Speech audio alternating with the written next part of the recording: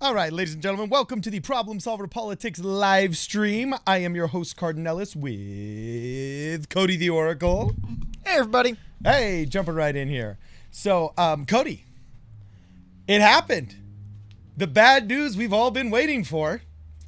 I think this is actually, no, I don't want to make a analogy to that regime because it's overmade. But this is the bad news in Star Wars. When we found out that the Senate was falling and so on and so forth. We just got the bad news, man. Cody, tell us what's going on. Well, a few things are going on today. The Democratic National Convention is, it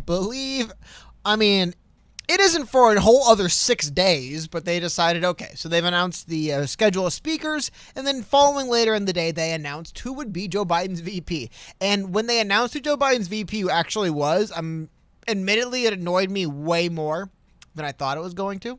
Yeah. And the reason why, I guess we'll get into that first. There's no spoiler. It's kind of, if you looked around a little bit, you will have seen that Kamala Harris has been named Joe Biden's vice president. Now, I don't have the headline up right now. I have a different headline up right now.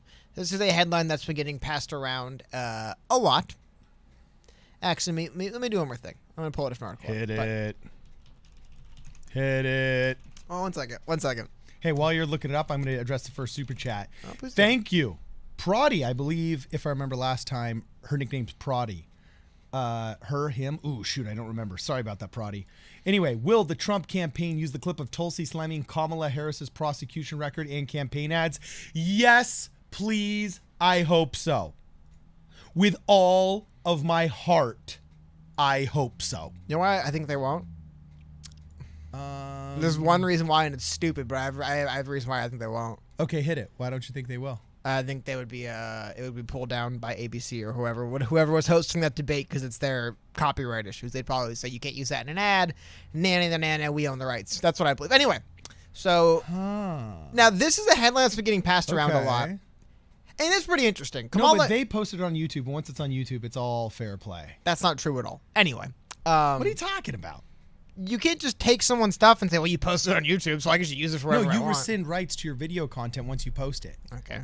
I could recite the most amazing poem now. Tell YouTube that. Because they don't agree. But anyway, Kamala Harris and Joe Biden. So this was from over a year ago, but I just thought it's interesting to see where we've gone. This is from April 4th. Kamala Harris and Joe Biden accusers, I believe them. Presidential hopeful weighs in on the recent allegations of inappropriate touching against the former vice president. Now, Kamala Harris is now his vice president, now speaking of.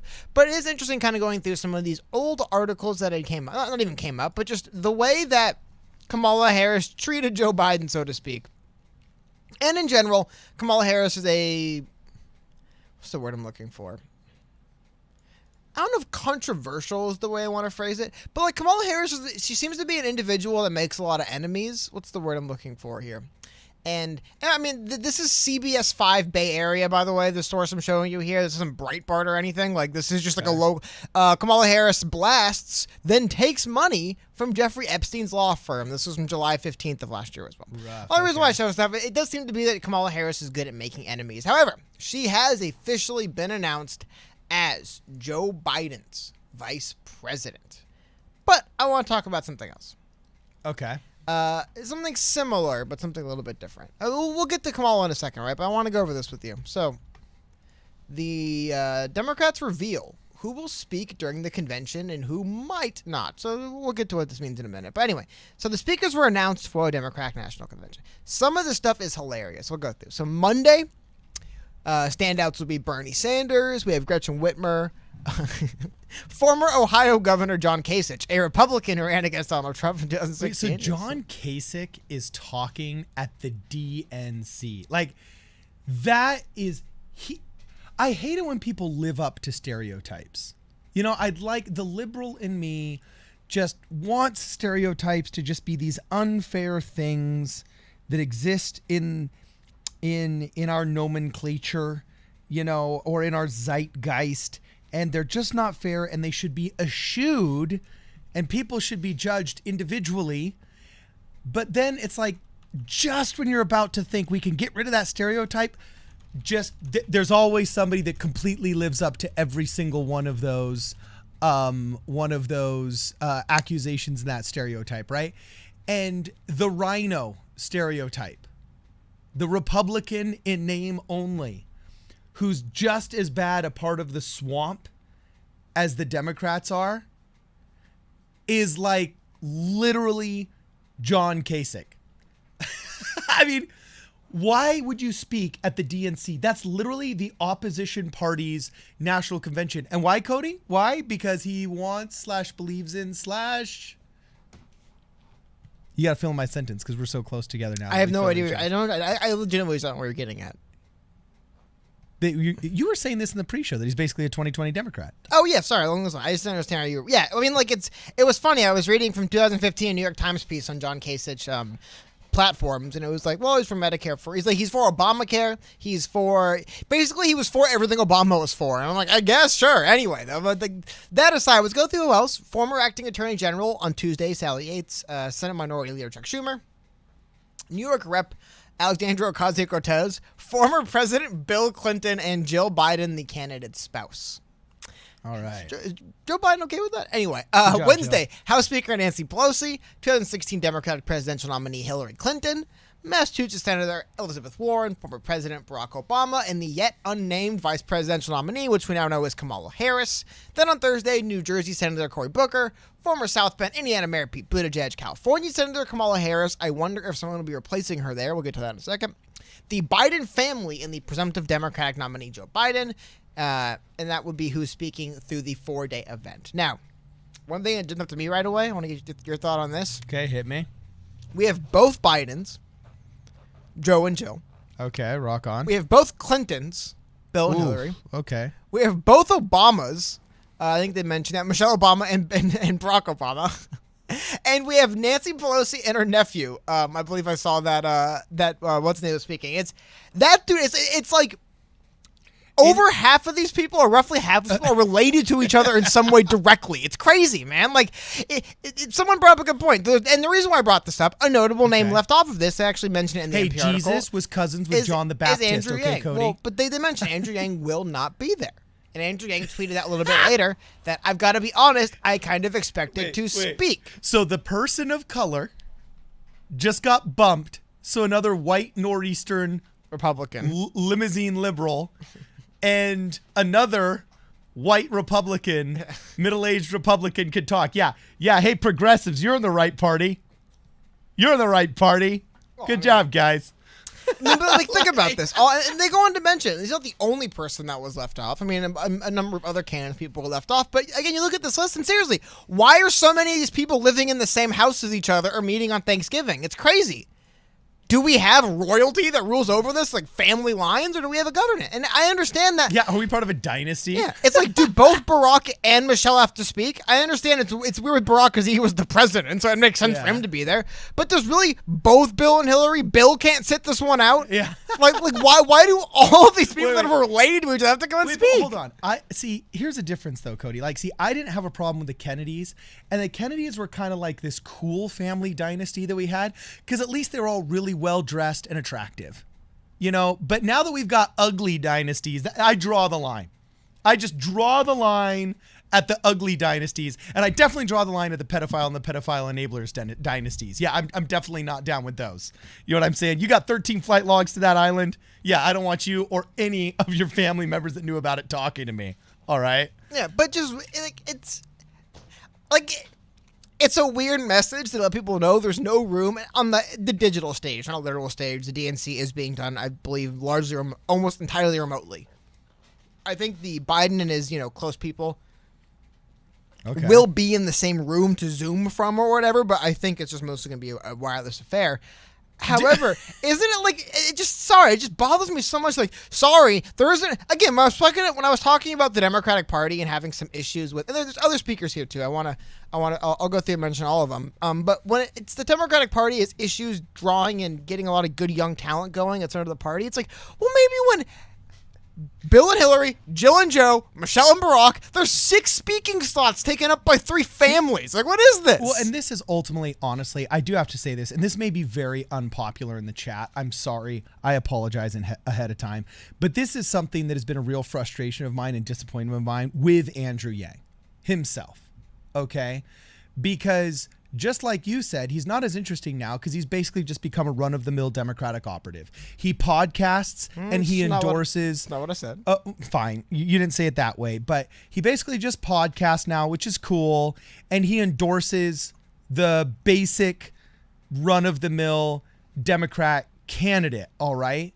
And I liked him because he was different. And I said, you know, if there ever were a time that we needed a third party, and if there ever were a person that could really actually do it, not just kind of a funny, crazy Jesse Ventura third party, not just this, you know, wild, goofy, losertarian party, not just this, oh, we're angry and overly philosophical Green Party. If there ever was a time to actually have a movement led by somebody who is truly bipartisan in a coalition that truly was bipartisan, it was Andrew Yang and the Yang Gang. But he didn't hold strong on his MSNBC boycott. He didn't hold strong when he said, hey, supposed party of people of color and progressives, stop mispronouncing my name, John Yang. He's always gone back to the party that treats him like garbage, like crap, and then keeps taking it and taking it and taking it and taking it in the back seat and doesn't say, hey, enough of this junk. You know, fine. You don't want to go Republican? Fine. Don't go Republican. I actually think you'd go farther in the Republican Party than the Democrat Party. But even if you don't want to go farther in the Republican Party because they're idiots too, fine. Then at least start your own thing and maintain that original ethos that was the Yang Gang. The Yang Gang is so sick and so awesome because it's different. So don't be the same. I'm kind of like Jimmy Dore in this one. You see the last interview that Jimmy Dore did with Andrew Yang where he's like, oh, yeah, I can't wait to listen to you for the next 6 months. Tell us why we should listen to Joe Biden. You know what I'm saying? It's like, what was he thinking? I know what the Dems are thinking. They lie about their values. They just lie about caring about people of color, the poor, this and that. They just want their lobbyists and their donors to get rich. And then they'll lip service you about the poor and people of color and LGBTQ rights and all that other stuff. They'll lip service you along the way. Okay.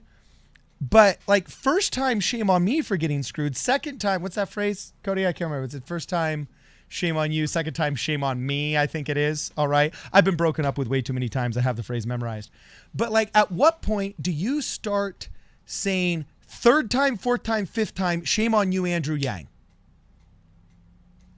At what point do you just start saying, Andrew, like when are you going to do your own thing? Like I literally think there would be a legitimate party if you called it the Humanity Forward Party, okay? And instead of making Humanity Forward only endorse Democrats and only basically throw money and time and attention at Democrats, instead of making it another 501c4, or actually it's not a 501c3, either way, instead of making another nonprofit organization that's basically just a Dem player, actually become a third party deal. That's what made you cool, Andrew Yang. That's what made the Yang Gang so cool. That's what made me like it, at least. And that's what actually gave me hope and why the Yang Gang was so unique. So why get rid of that and just become another dude waiting in line, hoping for the scraps that fall from the table of Barack Obama, Michelle Obama, Joe Biden, and Jill Biden, and Nancy Pelosi, and Mr. Pelosi's table? Like, why just be another lapdog? You know? So we got some super chats here. That makes sense, Cody? Yeah, no, I agree. That's a good point. Okay. Hey, what? Dude, hey, 1 for 5's not bad. 1 for 5's not bad. All the time. All right. You just get mad because you'll ramble so far past the point. I just can't follow it anymore. And I don't understand anymore. Okay, so Pradyumna Agaram. Tell me if I'm pronouncing that right, Pradi. Says, I'm a him. All right. Sorry for misgendering you in the chat, bro. Adam Duffy says, oh, and thank you very much for the super chats, Pradi. You've been very generous today. Thank you. Adam Duffy. Hey, good to see you back, Adam. Says, haha, Cardin, this is like your favorite apostle not speaking at conference. Oh, this guy knows the Mormon speak, dog. He knows the nomenclature. I've used nomenclature twice in this podcast, by the way. And then that's funny, Adam Duffy. And then we've got Jam or Zam, XAM, says, so I see Kamala as a negative for Biden. What do you guys think? Also, Yang is live streaming right now also. Okay, awesome. Good to see he's live streaming because that's what he does now, I guess. And Zam, that's a really good question. Do you see Kamala as a negative for Biden? No. I see it as a big positive. Right now, the ethos of the party is hating on things like racism, homophobia, Islamophobia, all this other stuff. That hating on racism. How bad is that? Yeah. No, but I'm just saying it's like they say in the movies, a negative pickup instead of a positive pickup. There's such thing as negative partisanship and then also positive partisanship. There's benevolent sexism and then also obviously negative sexism and so on and so forth. So anyway, this is the reason why I don't see him as negative for Biden, because here's the deal. She is hated in California. Like, people don't like her, not just Republicans. Like, there are tons of progressives. Like, the term Kamala the cop did not come from the Republican side of the aisle. That is actually from the progressive left in California, calling her out for basically being everything bad you worried about the war on drugs becoming and people in power abusing. All right. So Kamala the cop is not a Republican term. It's a progressive one. Okay. And we were talking about her as an opponent back when Andrew Yang was still in the mix and still in the race, and how there were studies coming out where like less than 20% of people in her home state wanted her as a candidate. She was like 6th or 7th on the list. Notably behind Andrew Yang in multiple polls. Oh, exactly. Andrew Yang was ahead of Kamala Harris in her own state because she was so hated here. But here's the thing. Once you get out of the primaries and you make it to the general, California's in the bag for the Dems.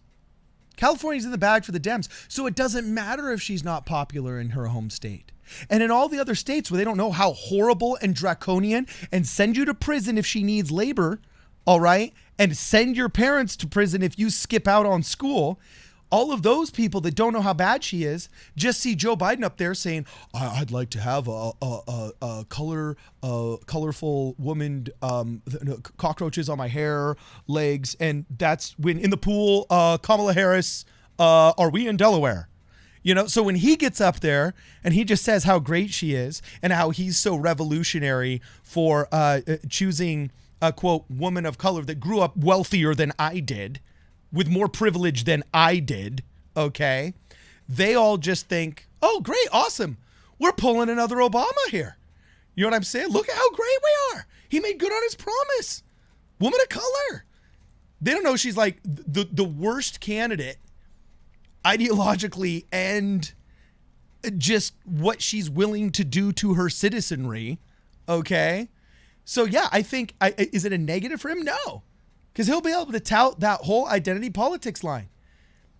He's been washing of the original sin of his white maleness because he has elected the vice presidential nominee of color. So no, yeah, it's totally going to be a positive for him because the media is going to be alley-ooping him all day, and nobody's really going to think critically about it. Dude, did you not see Kamala Harris? All the CNN promos they did for her? There's a couple things I want to run through. We haven't got... First of all, I want to get to this because I have a feeling if I don't bring it up now, you guys won't hear it until after it's over. But according to a woman by the name of Carla Marinici, reporter for Politico, according to her, she's been told unofficially Andrew Yang has been added to the DNC schedule. And something else I wanted to get to, but we'll kind of blow past that. Ted Lieu was one of many people who piled on. But the reason I want to bring up, it's one thing to say Yang was left off the speaking list at the DNC, right? Because I was left off the speaking list. I mean, many people were left off the speaking list, and just, but they had been a great deal of people. It was actually trending as high as number 4 overall, and it really didn't leave trending on Twitter. It let Yang speak DNC until Kamala was announced as the VP. And it seems through a combination of that and people speaking out, like I said, from Ted Lieu to, other just influential journalists, politicos and stuff like that, that Andrew Yang is probably actually going to be speaking at the DNC. Still, massive sign of disrespect to not have him on the original list. And this is unconfirmed, and And unofficial. Unofficial. Okay. So who knows what this actually means as far as going forward, but it does seem that he might actually be there. I just wanted to make that known. Okay, so we're going to burn through some of the other super chats. Sorry, I veered verbose, Cody. It's fine. I just want to make sure we didn't leave people hanging on that they just screwed him entirely. It appears he will be speaking, and other people did speak out. It was more than just, the Yang gang. They're going to be there for the guy all the time. We're going to defend him, but it was greater than that. It was other people coming in saying, this is ridiculous that Andrew Yang, whose entire UBI platform and entire philosophy that automation was coming to take our jobs, which is literally happening in front of us right now. Like, why would he not be someone they'd bring up? Yeah. So Gianni Maricho says, Yang 2024, Biden choosing Kamala is the last proof of his loserness. Trump is winning this, and Yang will hopefully pick up steam for 2024. That would be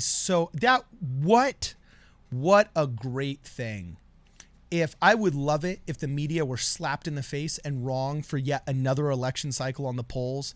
All these polls, I still don't believe them, because the feeling that I had before 2016 when I was speaking with the hundreds of people that I was speaking with on a daily basis was different than what the polls were saying. And I still think it's different. I think people are literally fearful to not speak their true thoughts when the polls are there, because they're so the specter of cancel culture looms so large.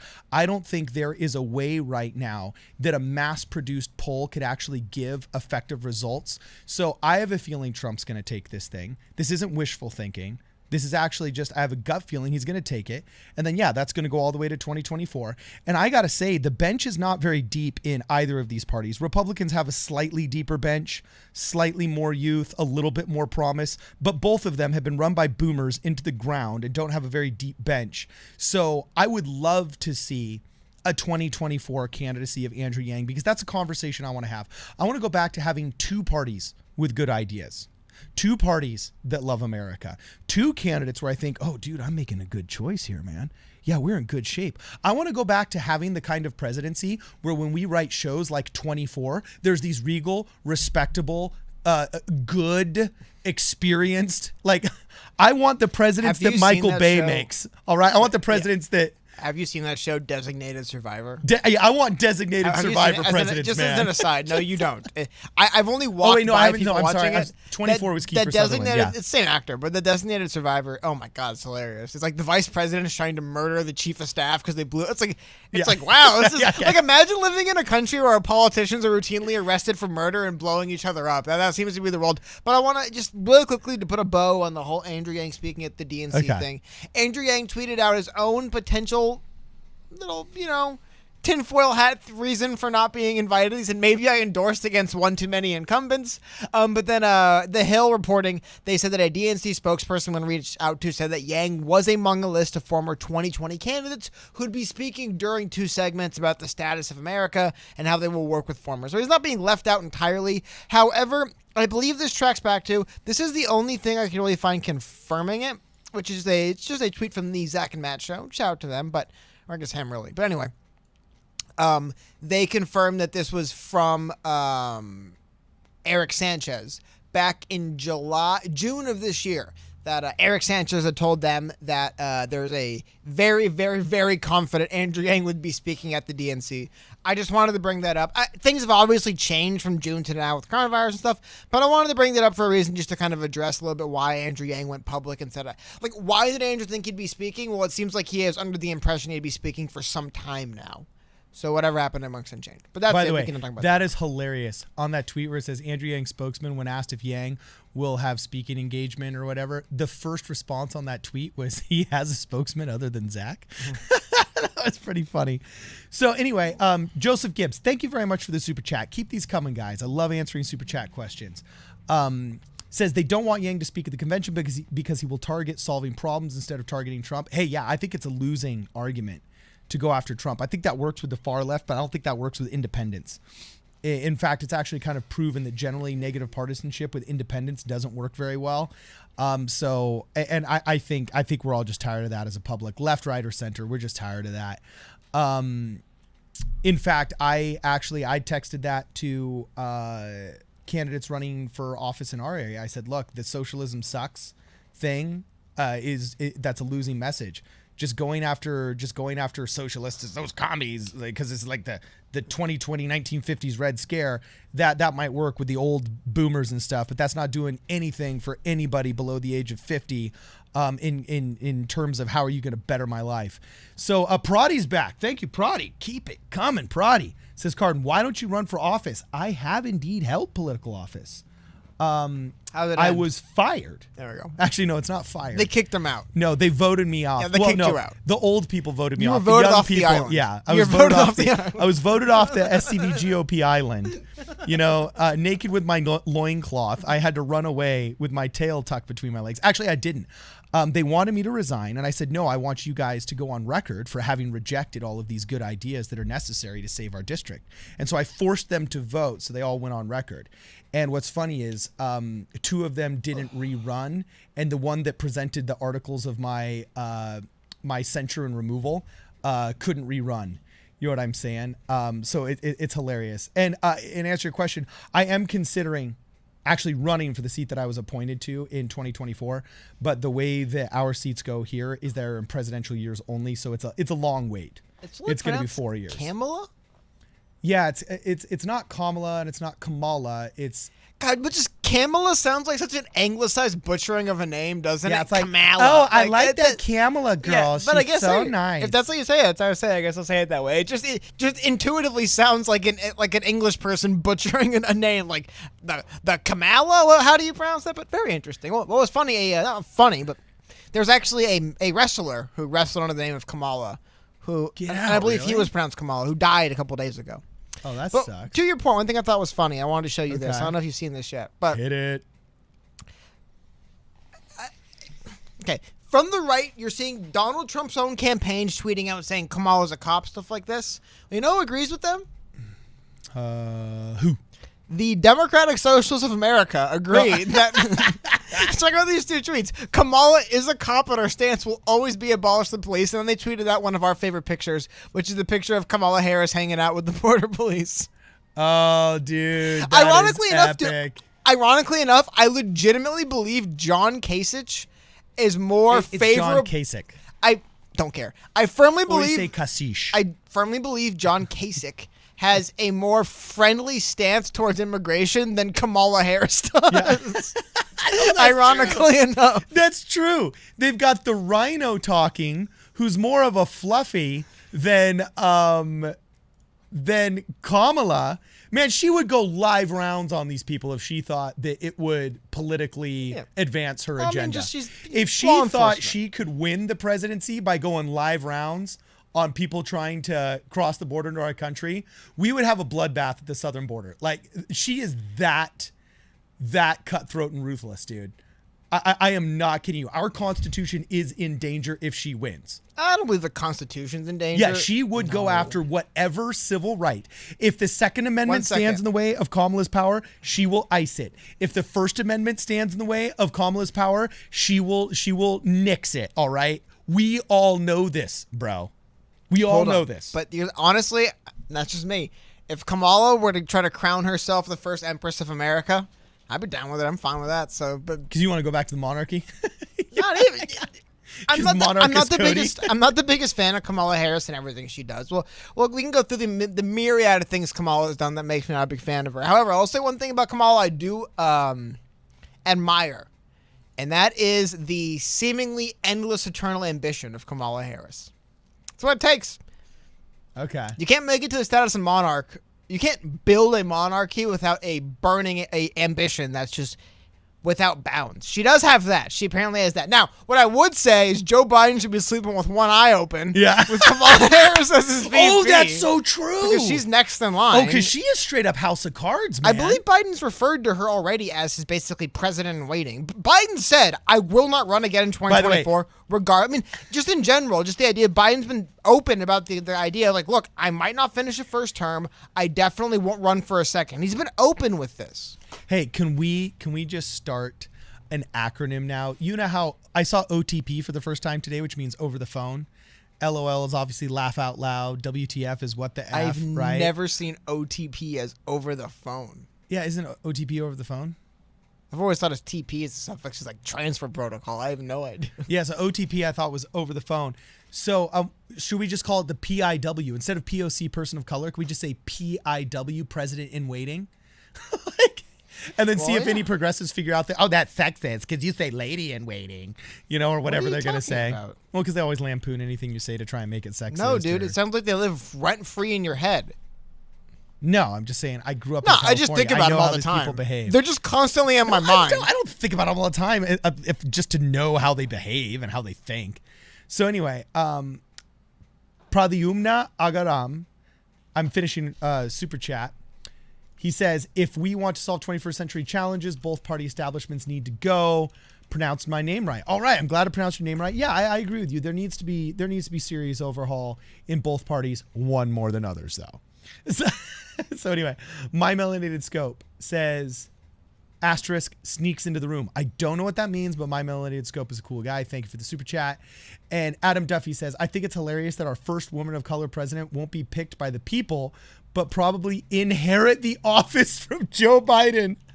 Loses a lot of the meaning. Oh, that is so true. It's just like, remember when we looked up that list where like 9 out of 10 of the most wealthy women on earth inherited their wealth from their billionaire husbands? So this, it just made the feminist argument look really, really, really bad. You know what I'm saying? When pretty much all of the most wealthy women had just inherited it from their husbands. There was that whole time when like the Jeff Bezos divorce was going on and everybody was talking about, they're like, shh, don't mention the fact that 9 out of 10 of the most wealthy women on earth actually inherited it from their husbands. We don't want to spread that fact around. And then, Adam Duffy's bringing up the point here that, I hadn't thought of that, but yeah, what does that do to the argument?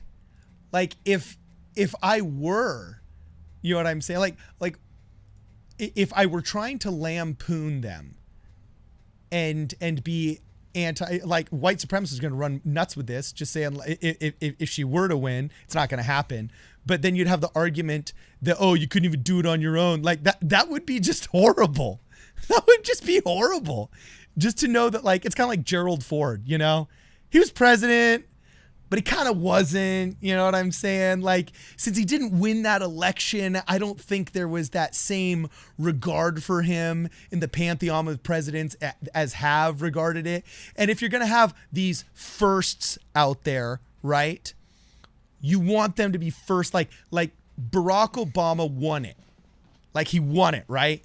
First black president, he won it. Chosen by the people. Chosen by the people. Yeah, exactly. You got to have him be chosen by the people or else it's just not the same. Well, hold on, but check this out. This is interesting. This is going back to January 29th of 2020. This article is published. It's in the Washington Examiner, but check this out. This is quoting Joe Biden. That's why I'm reading it. Okay.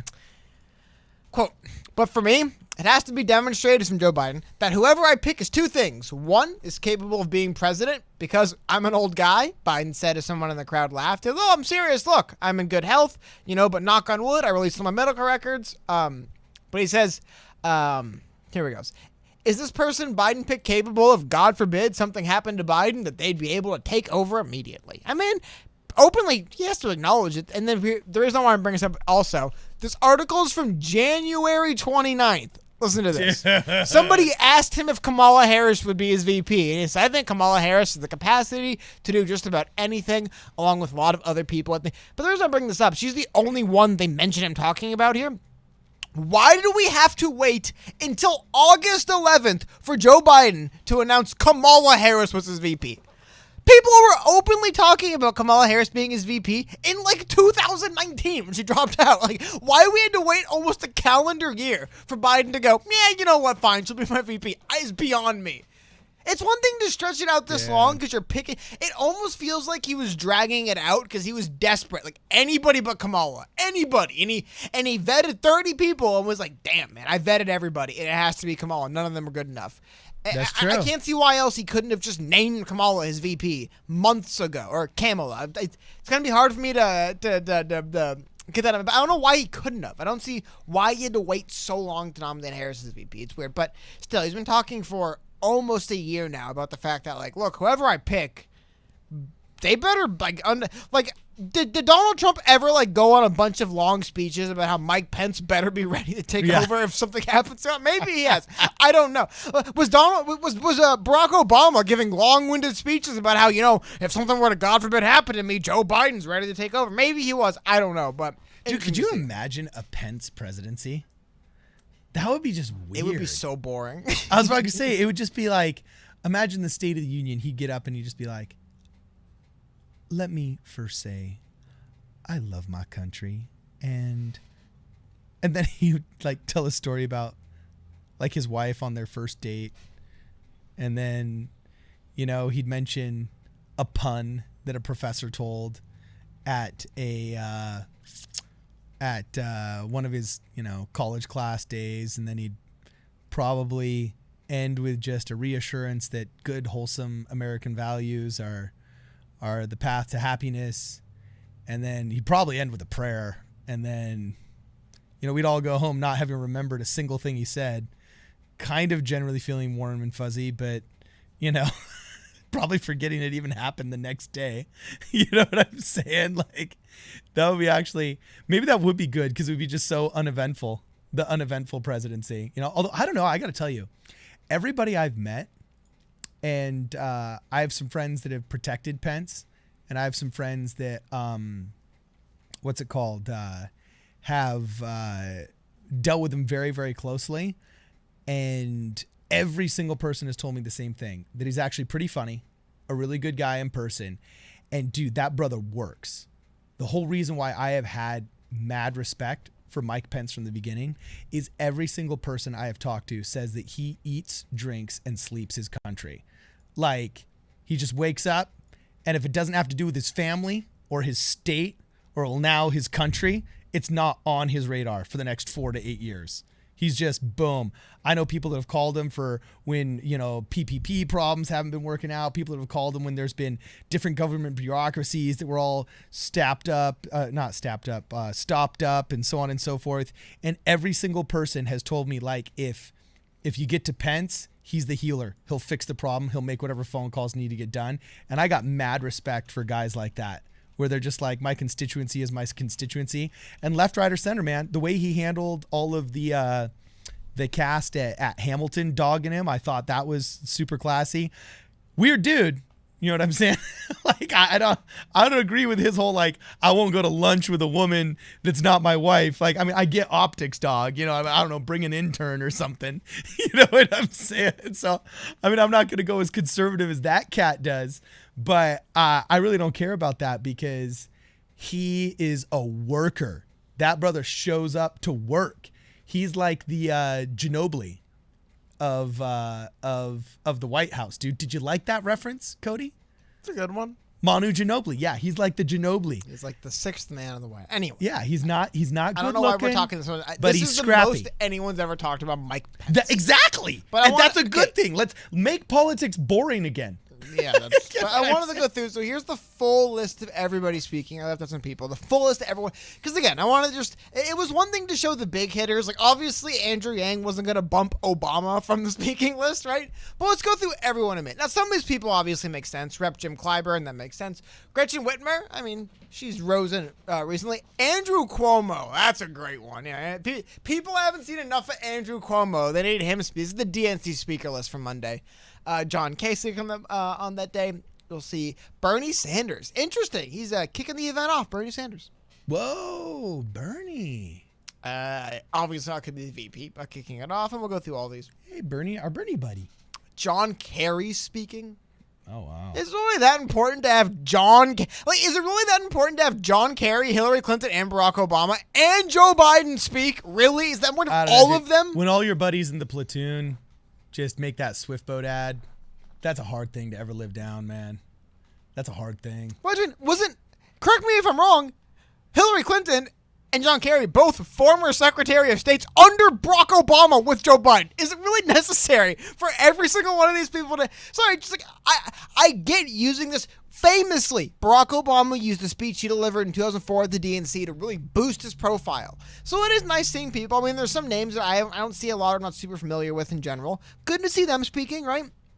But God, some of these people they chose to leave off Andrew Yang and to bump for people, and to include just the swamp of Democrats, the same establishment morons that a bunch of people complain about to this day, to include damn near every one of them, man. Oh, dude. And then to have Nancy Pelosi's nephew come and speak. Okay.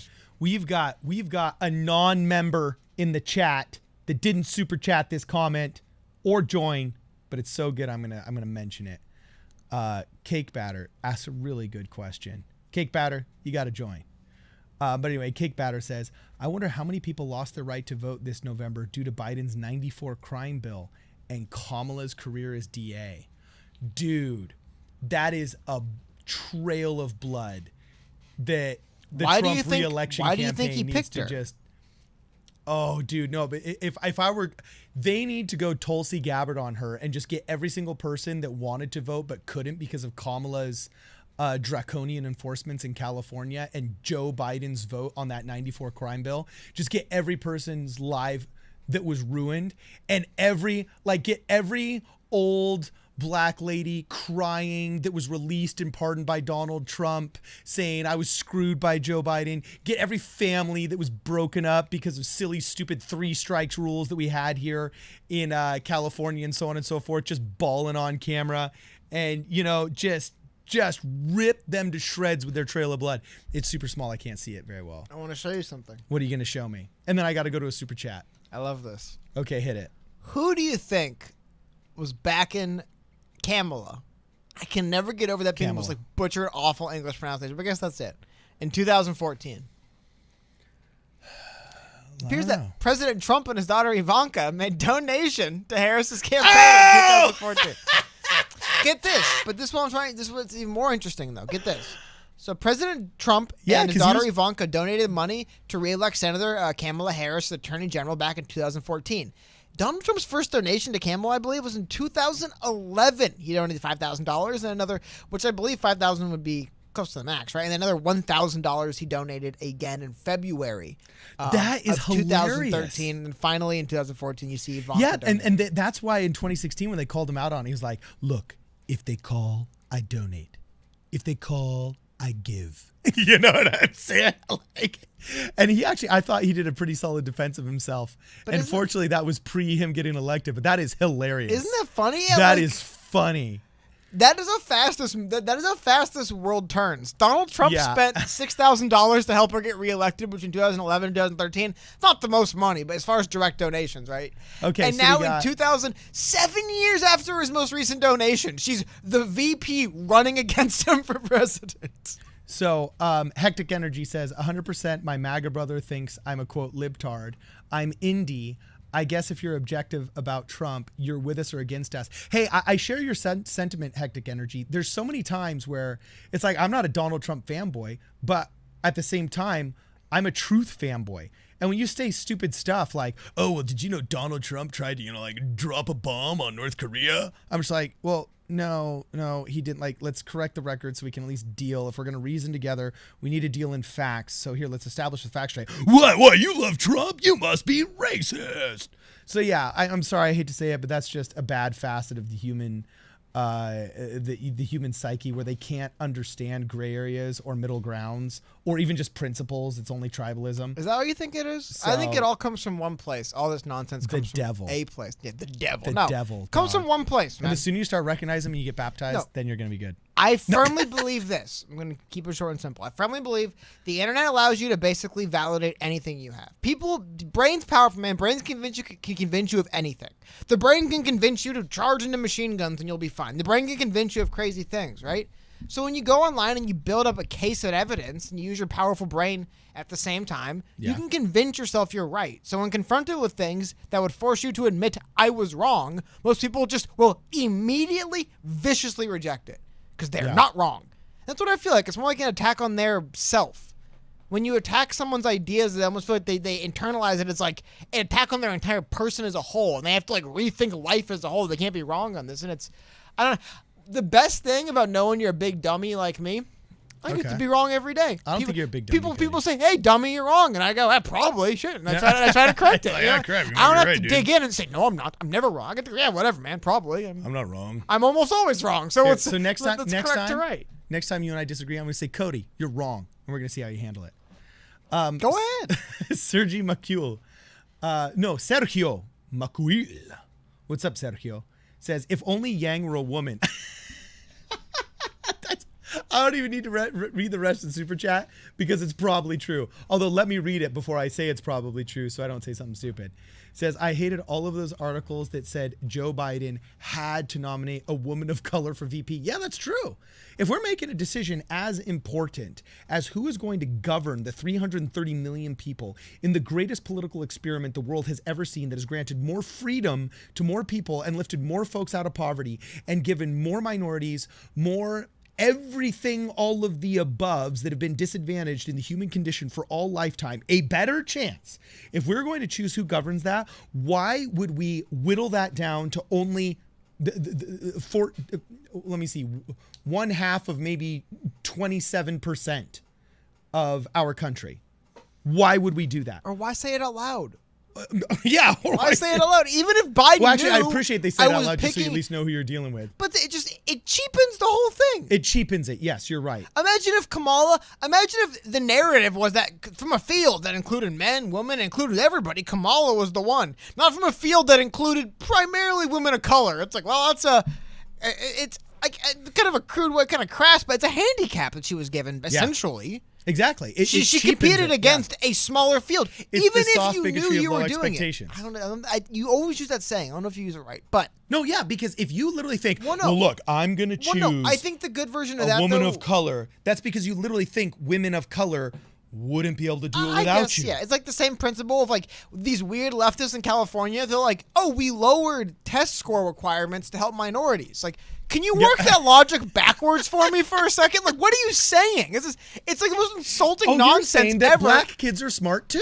No, but it's like does that ring a bell? Well, no, but it's always the backwards logic of, well, this group is stupid, so we must lower test requirements to help them. It's like, do you realize what you're saying? Sorry, that's an aside. But it's the full time. No, it's a good aside. It's an oraculous aside. My Melanated Scope has another super chat that says, chat opinion, Mike Pence's favorite lunch. I don't know what it is, but it's probably really boring. And then cake batter. BLT. I was about to say, yeah, actually that's true. He would probably choose BLT with a Caesar salad and a lemonade. A BLT with a Caesar salad and a lemonade. All right. And the cake batter coming at us with $10. Thank you, cake batter. Saying for reading my question on air. Hey, look, the cream of the crop rises to the top and so does the scum. It wasn't scummy. It was creamy. It was good. So we had to read it on air. And thank you very much for your contribution to Le Cause, cake batter. That was a good comment cake batter had. And then Sly Cactus asks also another interesting question. Good to see you back, Sly Cactus. Says, as Californians, have either of you ever been personally impacted by Kamala? Yes, actually, I have, in fact. Tell your story, Cody, and then I'll tell mine. No, I haven't. Oh, you haven't? Okay, cool. No, Kamala would not listen to a beloved. There's a woman in our town that I will not name because she'd probably be mortified if I did, but she runs an educational facility here that's a 501c3 that is amazing, and she's doing this study of work through play. Of education through play.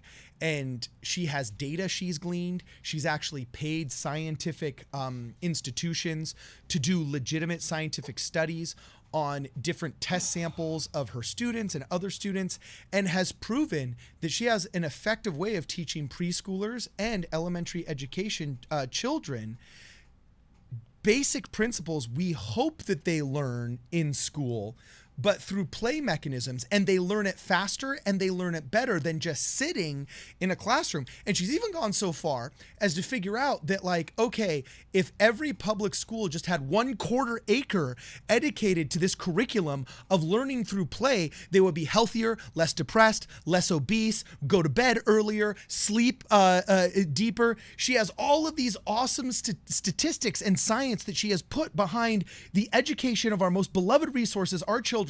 And the only thing she had to do to get it through was to talk to Senator Kamala Harris.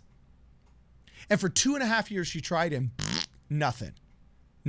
I guess her Twitter staff was just way too busy trashing Trump, the most dangerous problem that America has ever faced. Yeah, never mind he's actually helping parents educate their children. He's saying, look, if the schools aren't going to open, then maybe the parents should get the funds. While our district assemblywoman, compatriot of Kamala Harris, is outlawing all of the independent charter funds of $1,400 a month that Down syndrome kids and special needs kids and special education kids would get per semester for their parents to give them additional educational resources.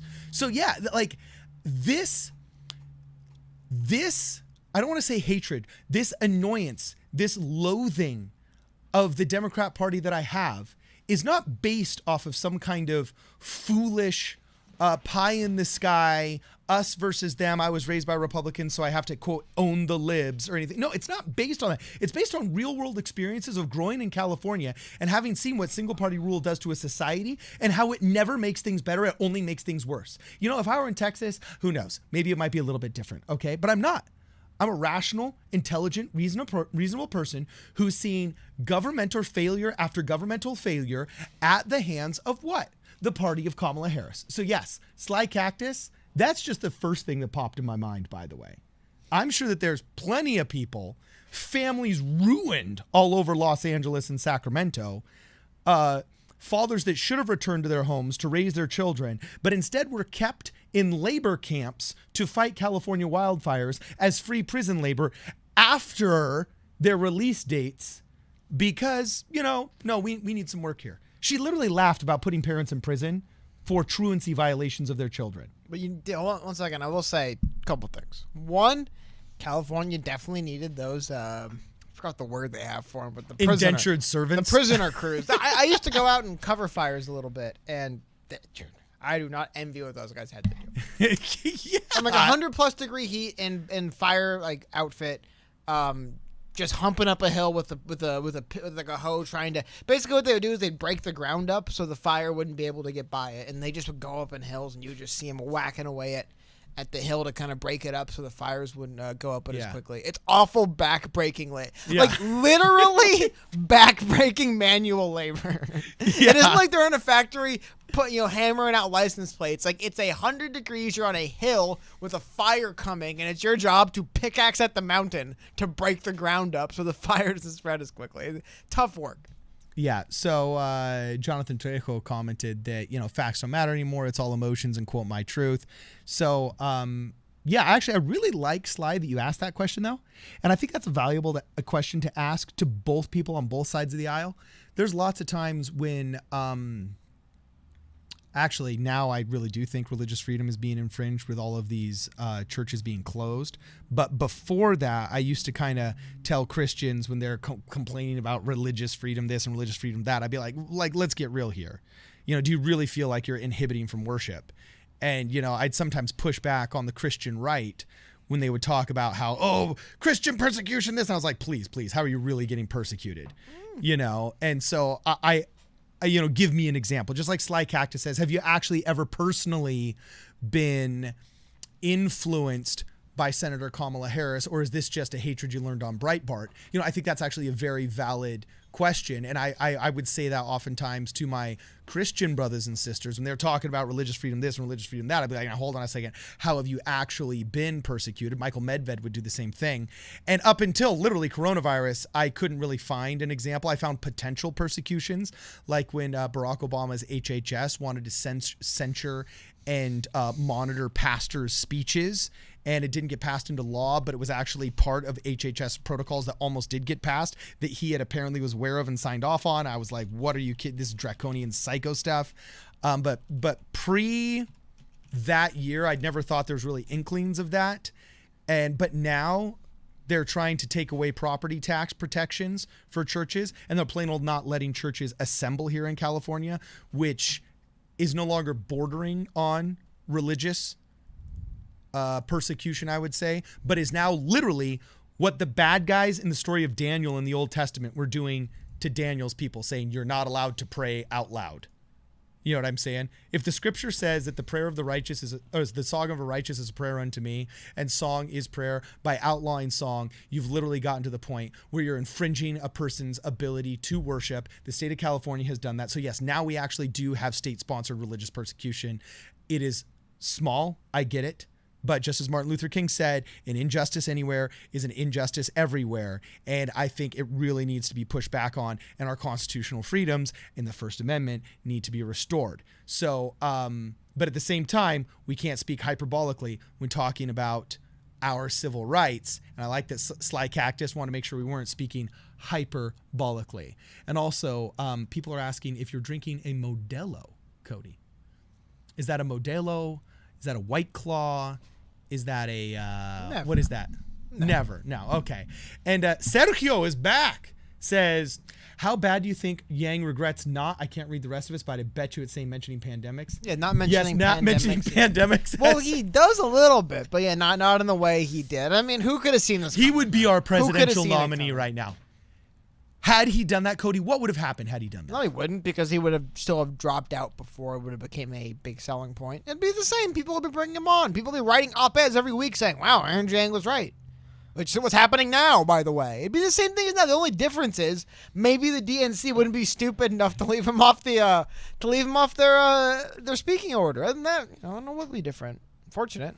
Yeah, that's true. So before I ask you about one of the super chats, keep these super chats coming, guys. I am absolutely loving this. This is the funnest part of my job, is answering super chats. I literally freaking love answer. I could sit here all day and just answer super chats. It's so fun. So anyway, Sly Cactus says, I tried White Claw for the first time. It's ... okay. Now, Cody does not feel this way. I think if I wanted to get a favor from you... It's not the best of the spiked seltzers. It's not. Oh, but even then, the reason why spiked seltzer is interesting to me, all I'm saying, low calorie. That's it.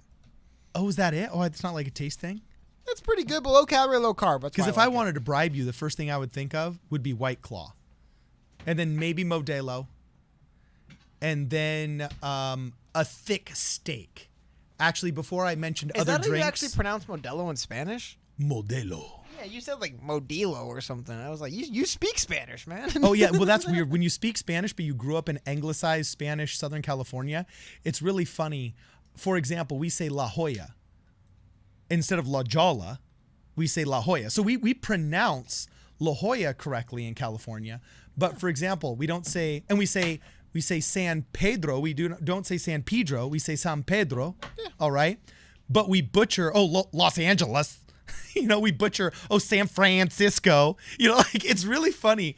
In the Californian zeitgeist, there's no correct pronunciation. We don't anglicize everything, and we also don't pronounce correctly everything.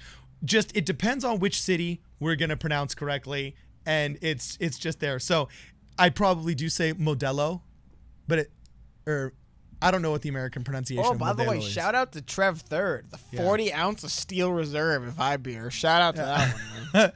So anyway, thank you very much for the super chat there, Sergio. And Adam Duffy is back in force. Thank you for the super chat, Adam Duffy. Says, we keep trying to catch Cody drinking or vaping. One of these days he's going to be shooting up H. And when we ask Cody Black Tar or White China, he'll just say never. I've never done anything wrong ever. I don't know what you guys are talking about. Oh, dude. You can't catch me doing anything. Nothing to catch. I don't do anything. Yeah, that's true. That's true. Don't you know we're all innocent in here? It's like the Shawshank Redemption. This is a Mormon stream? This is a Mormon stream. Yeah, that's true. Oh, dude, bro, you laugh at that, but I got to tell you, I haven't gotten out of a ticket in 20 years. Like, ever since I got big, I think the cops are just like, oh, yeah, dude. White adult male. Ain't no pushback here. No chance of a lawsuit here.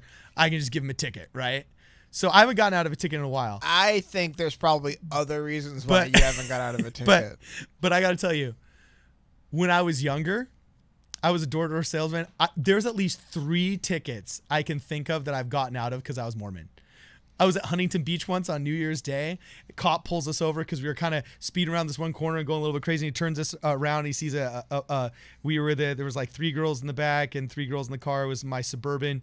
And he looked at me. He's like, so where are you guys going? And I was like, we're actually just going to the New Year's Eve church dance. He's like, have you been drinking tonight? And I was like, no. And he's like, do I have to test you? I was like, no, officer, I'm actually Mormon. I don't drink. He's like, oh, you're Mormon? Are you guys Mormon? And all the other guys in the car were like, yeah. One of the girls was like, well, I'm not, but I don't drink. And it's like, oh, Okay, cool. Get out of here. You know what I'm saying? And then when I was working for Orca Pest Control, we got pulled over for speeding too. And then we got out of it as well. Actually, I don't know if it was for speeding. I think they do a lot of drunk driving checks. But yeah, I got out of that. So maybe all that tithing, it just pays off, dog, because people believe you when you say you don't drink.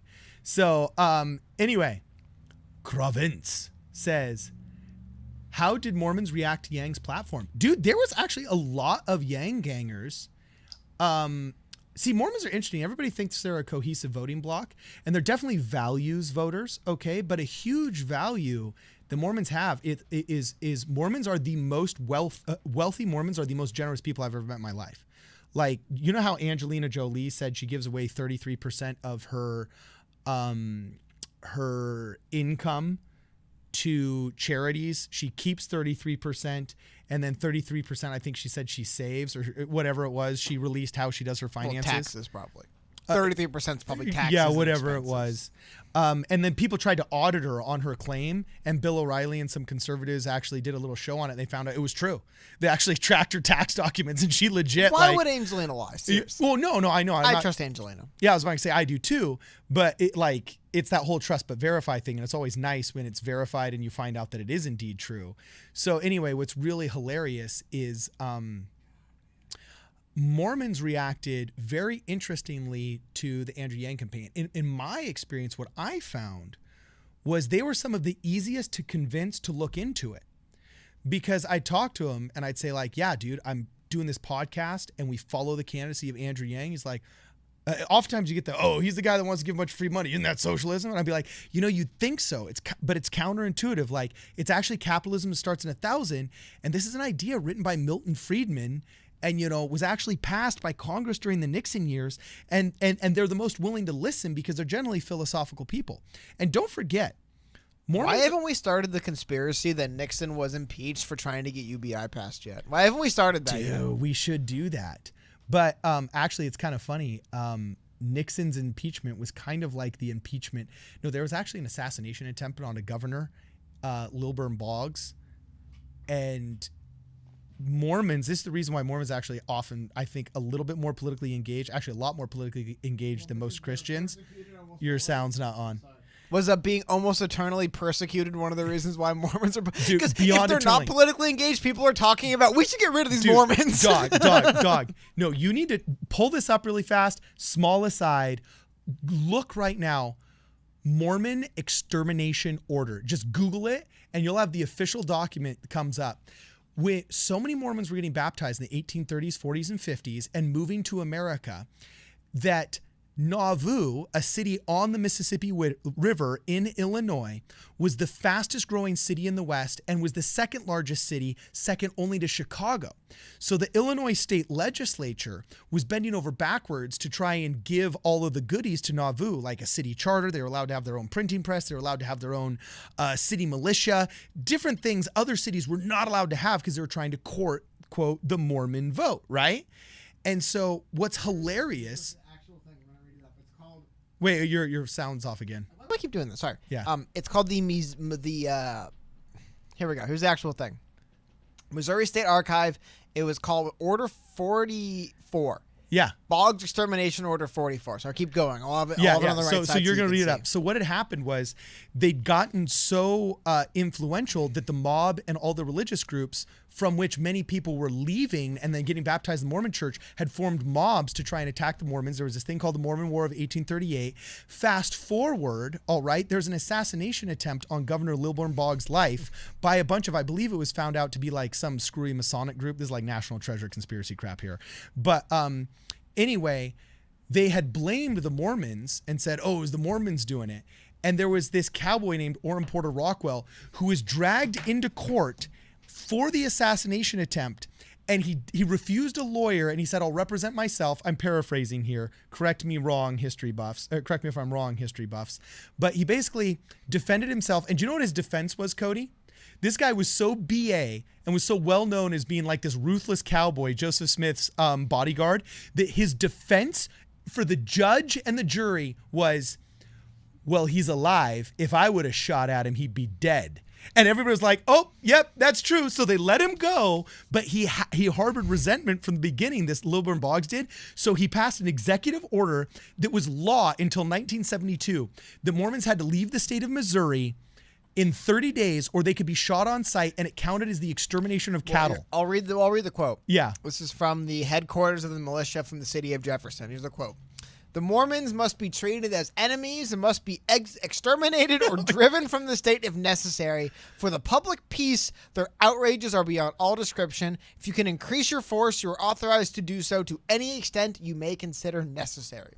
Dude, look at that. And then he summons Major General Willock of Marion County to raise 500 men to march on the northern part of Daviess counties.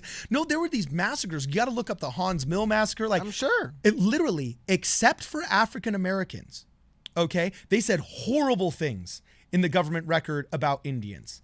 But except for African Americans, there was never actually an extermination order that was formal against Indians. They were lied to and exterminated. So pretty much, except for the American Indians and African Americans, there's never been a group of people who've had a state-sponsored genocide against them. You know what I'm saying? Than the state of Missouri by Democrat Lilburn Boggs. All right. And they say right here, this is a full transcript of the letter from Governor Boggs, Jefferson City, to General John B. Clark of the 1st Division of the Missouri Militia. Yeah, dude. So freaking the army was sent How after will the she end Mormons. up in Utah, huh? I mean, seriously. Well, you know what's hilarious is when they tried to invade, it was called Buchanan's Blunder, I think it was. There was Seward's Folly, and then I think it was called Buchanan's Blunder because Buchanan was president at that time. They were actually super fearful. The army had actually sent out spies and said, dude, we shouldn't invade Salt Lake City, because they were actually wondering if Salt Lake was trying to secede when Brigham Young had moved outside of the U.S. territory. And so there was all these spies of the army that was sent, and they came back and they said, dude, don't do it, don't do it. And you know the reason why, Cody? This will blow your mind because you're a history buff and you like guns. You know when you saw those old World War II guns with the water-cooled barrel on the anti-aircraft guns in World War II ships? Oh, okay. Well, yeah, I mean, in World War I, it was common to see water-cooled weapons on the battlefield. Well, the anti-aircraft guns of World War II were Brownings. And you know whenever you see the slide stock that was invented by John Moses Browning, the son. Yeah, I can say, from looking a little bit into firearm development, anyone who's interested in it, consider John Browning to be like one of the gods of firearm development. Well, would you know the story of John Browning, right? Not the full thing, but just he very much very influential weapon designer. Very much. A lot of weapons are hinged on his design. Just check this out, bro. Remember that guy Orrin Porter Rockwell I was telling you about? He becomes friends with the original John Browning, who had converted to Mormonism in Tennessee, but had renounced firearms manufacture as part of his like personal conversion, right? It's not a requirement of the Mormon church, but he had renounced firearms manufacture until he moves to Nauvoo. And the Hans Mill massacre happens, and then the Hans Mill massacre happens, and then the extermination order happens, and he says, never again will my people be defenseless. And in conjunction with Orrin Porter Rockwell, he starts manufacturing guns, 2 rifles a day, out of this little blacksmith shop in Nauvoo that you can still go see. It's original John Browning arms manufacturing place is actually in a Mormon town called Nauvoo. And dog, in that little room, no larger than our garage, do you know what he invented? Magazines. Back then, he would drill and pre-pack powdered rifles into these. He invented the first magazine. His son invented the slide. He also was the first to invent the revolving chamber in a rifle. I mean, it was pretty crazy, the stuff Mormons were putting out. It was because they were like freaked out the government wasn't going to come after him again. So when the spies were sent from the army to Salt Lake, they were literally waiting with empty fields and torches by every building and every farm field. And they said, if you invade, you will starve. But don't they say, what is it? Necessity is the mother of invention? Isn't that what they say? Dude. So anyway, you got 2 more super chats here. So Adam Duffy says, I see 200 watching and 85 likes as your official drop a like spokesperson. Yes, thank you, Adam. We all need help with that. Thank you. I would like to ask you all, please, to drop a like or dislike if that's your vibe. Rock on. Rock on, Adam W. That's always awesome. Dislike if you disagree with anything we said, remember. Yeah, we got 7 dislikes, so we were pissing somebody off. It was probably with that Dem rant that I had earlier. I apologize. That's actually not a lot, so it's fine. Yeah. So Crovence says, I'm LDS and I yanged almost everyone in my ward by leaving business cards in all the cars in the parking lot almost every Sunday in state conference. State conferences are the equivalent of like all the Mormons in an entire city meeting. That's hilarious, dude. It's not where we just eat and grill steaks. And then Sergio is back. Sergio, thank you very much. He says, gotta call it a night. Last question. What's the possibility of you guys on Yang's podcast and vice versa? Dude. On Yang's very low. Vice versa, fingers crossed still. I've reached out to Yang a couple times. I'll reach out to him again. Yeah, we'll do it. Try. I don't think he likes us. We never gave them money. Oh, actually, I think he does. He always smiled at us when we came. But we never organized a movement of money directly to him, directly, overtly. I always encourage people to donate and support it, but we never like set up a fundraiser for it. Yeah. And I had talks to people in Yang's, like literally face-to-face talks to people in Yang's camp, like, yeah, why don't you guys like set up some fundraisers? And they like, basically insinuated that if you don't, we won't like you. There's only so many hours in a day, you know? Yeah. I never once held any of that against them. I get it. I understand 1,000% the way it is. It's the way it is. Yeah. If there are people raising money for you, why wouldn't you go on their shows first? 1,000%. I agree. Yeah, We just didn't raise money for any particular candidate. I'd always encourage people to donate money to whoever you want to. If you want to donate money to Kanye West, if you want to donate money to David Kim, if you want to donate money to Ebenezer Scrooge, I do not care. Dude, just donate to whoever you I'm want donating to Kanye. I'll donate to Kanye. Lord knows the billionaire Kanye West needs your money. But that's true. He does. So does Ben Shapiro. I want to end. I don't want to go through this whole thing yet, but I'm going to skim through this, and I'm trying to do some real journalism a little bit in this one to give you guys a better video on this. But this is a court document I've seen. The only source I've seen on this is a pro Second Amendment Twitter account posted this out. I'm going to go through this. The story is absolutely insane, man. Now, this is a letter. This is an application for William Sape, I believe, or Sapp, petitioning for a judgment pursuant to basically, this individual, William Sapp, tried to get a firearm license in the city of New York, I believe. New York State, and he was rejected. So his lawyer wrote this counter. Some of the stuff in here is absolutely ridiculous. Okay. Let's see if I can hit it. So we go. So basically, I'm going to skim through it. It's long. Basically, the city tried to attack the moral character of this individual, saying that he was a bad guy, he'd been arrested multiple times. I want to just go through a couple of things they brought up here, skipping over some of the most biggest nonsense. Here we go, dude. Check this out, man. So there's not a single identifiable incident in Mr. Sape's life. Oh, sorry, 1 second. This is what I'm trying to find. I'm trying to find is when he goes through what the police did to take this guy's Second Amendment right away from him. By the way, do you know why this guy had wanted the gun in the first place? Quote, growing up as a young African-American man in the minority neighborhood, Mr. Sape was a victim of mistaken identity, wrongful arrest, and unjustifiable summons that were given to meet NYPD quotas. In virtually all such instances, there was no evidence to support the arresting officer's allegations. Therefore, the record shows cases were dismissed and sealed by a district attorney. See multiple articles of a stop and frisk program, which former Mayor Michael Bloomberg apologized for such police tactics. These tactics were, so again, we have a young African-American man in a minority neighborhood in New York City who wanted a firearm because he felt like he'd been harassed and there was violence going on in the city in general. Good, let's get him trained. Dude, listen to some of the stuff police did to deny this guy. Furthermore, this guy apparently is a armed guard, security guard of some sort. He has firearm licenses in Orange County. He has firearm licenses in multiple states. He's been licensed in multiple states. I want to see if I can bring this up. Dude, I love this. But I want to see if I can find... Here we go. Hold their feet to the fire. He provided a letter of necessity. I want to find... give me 1 second. I'm just going to pull up. I had screenshotted some of the segments I wanted to show you guys. I'll go through the whole thing. But here we go. Check this out. It's from the same thing. Detective Moyer incorrectly lists 9 arrests when there was only 8. An incident in September 4th, 2008 was counted 2 times rather than 1. Yeah. Also, the detective showed cases closed out decades after they were actually closed out. Listen to this nonsense the state will pull on people. See page 2. Anyway, arrest of 2/15/2000 was closed 10/19/2000, not 2010. Yeah. The police lied and said these cases were closed a decade later to make a better supporting case. But it gets even better. Listen to this one. Okay. I think this is where it goes. Okay. Ironically, the argument advanced that Mr. Sape is not a man of good moral character is not rationally based as it relies on a multitude of blatant errors. Listen to this. The same attempt to establish a derogatory record exists in reference to 9C summons. Again, they are minor infractions at all but one that was dismissed. On that one, Mr. Sape went to trial and summons and part of the criminal court in New York County on August 10, 2010. After a 10-minute bench trial, the judge found him guilty for, quote, making noise with a horn. A $100 fine was imposed, and it was paid that day. That is what they used to bring up that this was not a man of good moral character. And last one.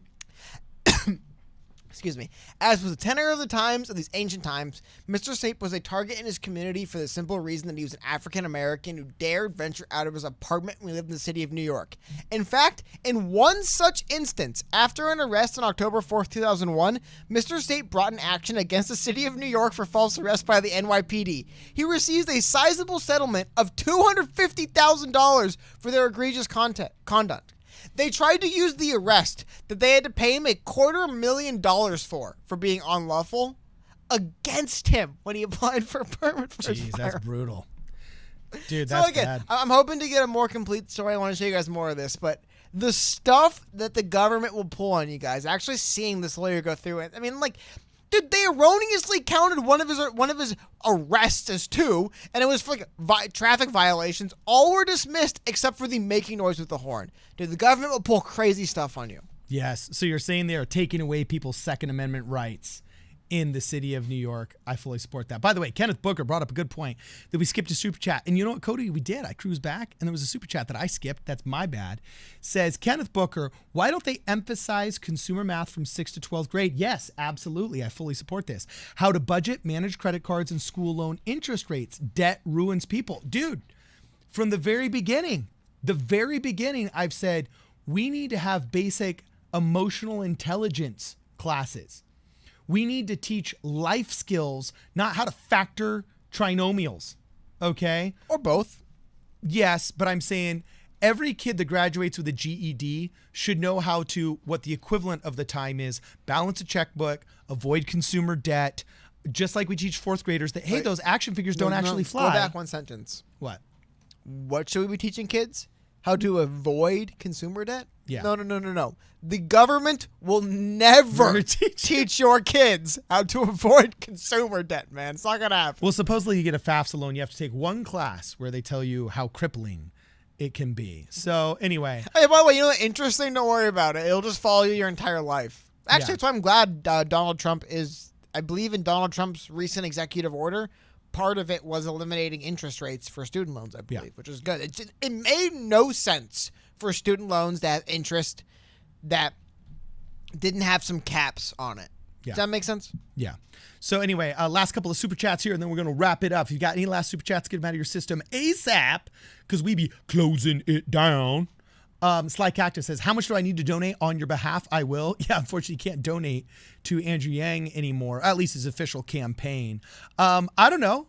Call him up. Ask him, hey, how much do I got to donate in order to get you on Problem Solver Politics? I bet you they'll play ball. I've never met a 501c3 that wouldn't take money. And then Adam Duffy says, y'all missed Kenneth Booker's super chat. Oh, no, I saw his comment. You're wrong. Not anymore. Yeah, you're wrong, Adam Duffy. Take that, Adam Duffy.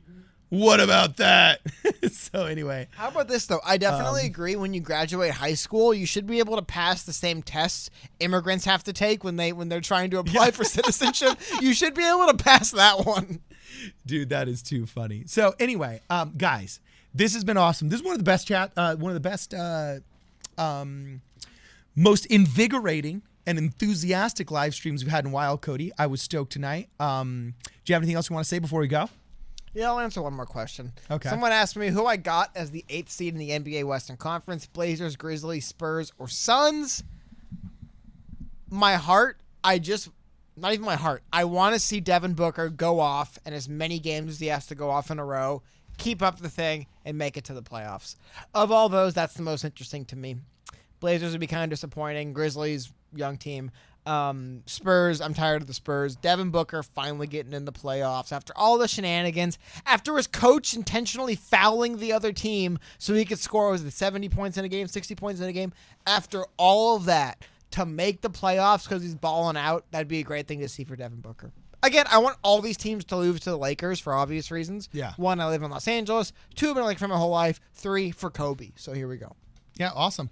So anyway, it's been real and it's been fun. Oh, I almost ended, and then Adam Duffy came in one last super chat. Says, love y'all, great show tonight. Also, my parents keep asking why I spend $50 a week on super chats. Oh, dude, you got to get your grandparents in here. Dude, if you get your grandparents in here, I guarantee you this, Adam Duffy, you're a super chatter.